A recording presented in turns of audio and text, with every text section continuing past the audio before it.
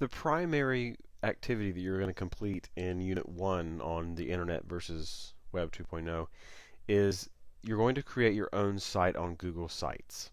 And I'm going to ask that this includes an overview of HTML basics, how a tool like Google Sites relates to Web 2.0, and number 3, a reflection on the Google site creation process. And I'm going to elaborate a little bit on some of those topics right now that will help.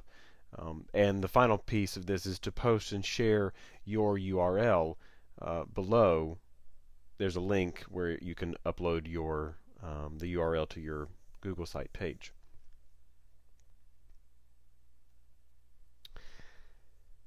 Just want to try and help by putting a period on this first unit. The difference between the Internet, quote unquote, and Web 2.0. We talked a little bit about HTML basics and HTML source code.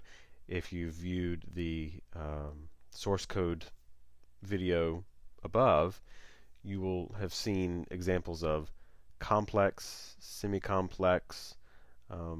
We didn't actually get to look at any simple code, which is very interesting if you think about that.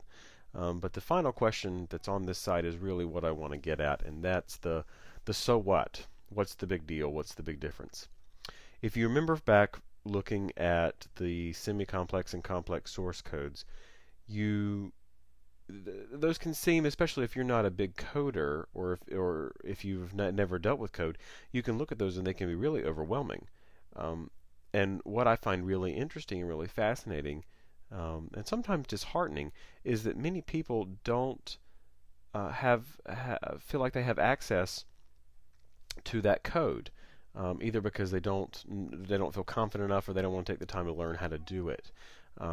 That part of that gatekeeper mentality, when we were talking about the difference between Internet and Web 2.0, right back here, with the Internet there were gatekeepers. Only a few people could get and publish content online.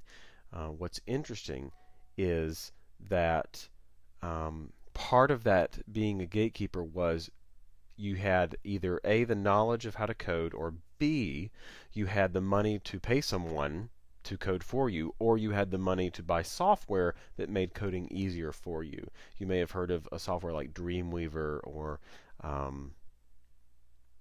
Adobe. Before Adobe and Macromedia joined, Adobe had a couple of products that used to make that easier. Microsoft Front Page. We went through a transition where there were these things called WYSIWYG, which stands for what you see is what you get, web page editors. But really, there was a high threshold for getting content online. You had to learn quite a deal, and there's quite a mountain to climb to do very simple tasks. One of the things that I appreciate the most about the Web 2.0 movement is that I feel like that mountain has been lessened, that the threshold of learning has come drastically down. And it's one of the reasons why I love sharing about blogs and wikis in particular.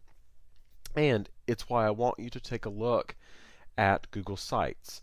Google Sites I'm not going to classify technically as a wiki or as a blog, but it is, I think, a very important Web 2.0 tool because it takes the learning threshold way down when it comes to developing a website.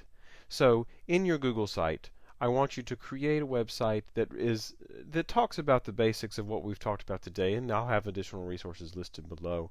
But I really want you to take this and have this be your first experience of putting something online and making it your own. Enjoy. If you have questions, let me know.